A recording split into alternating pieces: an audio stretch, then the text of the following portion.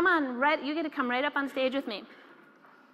We're going to play a game called Who Wants to Be a Great Communicator? All right, what's your name? Nicole. Nicole, hi.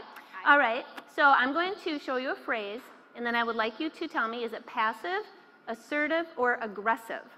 Okay. Okay, and you'll be able to see it right up here if you want. I don't think you understand how to format that report. What do you think that is?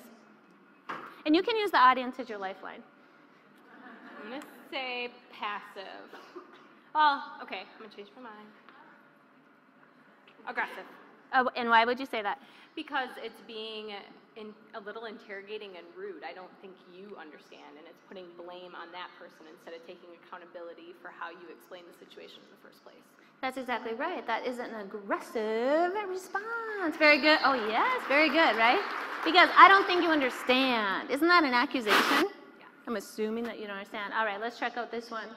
I was just wondering if you could help me with this report when you have some time. Definitely passive. Definitely passive. When do you think I'm going to have time to help you?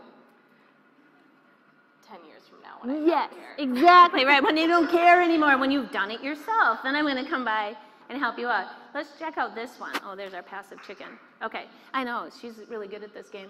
I need the report saved to the shared drive by 9 a.m. on Thursday so I have time to review it before my 10 o'clock meeting. Is there any reason why you can't do that?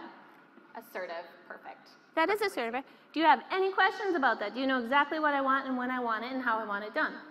Yes, we're good. We're good. Excellent. So thank you for playing along. You win. You do win. I have something for you.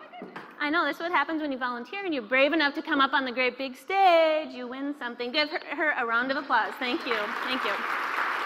Okay. That is assertive. Now, here's what I want to share with you something about this. It's really easy for me to stand up here and talk about this stuff. It is really easy for me to be big and brave and say, yeah, you got to be assertive and you just got to lay it out there. But real life comes on, guess what? I chickened out. But I have the tools today. So I have my tools because my default is that passive style. I want to be nice, I want to give people a chance, and it never seems to work, right? I don't get what I want, and then I tend to go to that aggressive side. So I just want to acknowledge that it's easier said than done. It's something that you have to practice. I also want to tell you this.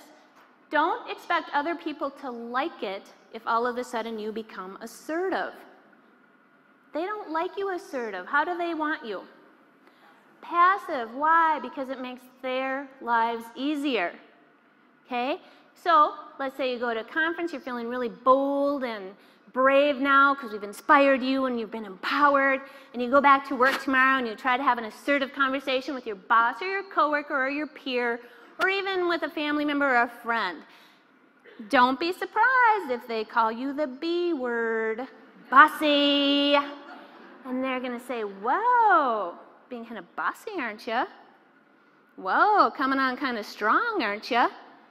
And that's what they'll say. And if you don't know the difference, and this is why I like to spend a little time defining this, if you don't know the difference between assertive and aggressive and someone pushes back on you, what are you likely to do?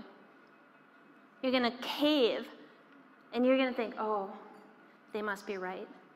Oh, I must be coming on too strong. Okay? And you need to understand this saying. This is one of my favorite sayings. I am responsible for the effort, not the outcome. And what that means, as a leader or just as an individual, if you have a conversation that has to have, you are responsible for having that conversation. And you are responsible for having it in a way that's as constructive as possible. It doesn't mean you'll do it perfectly, but trying to do it as constructively as possible. You are not responsible for how other people respond. Got that?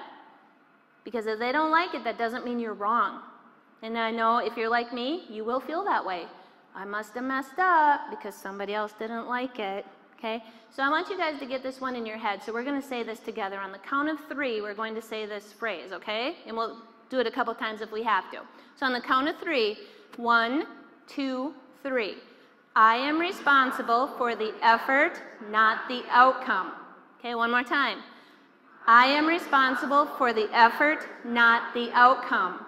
Just remember that, and that will help you stay right where you need to be, okay?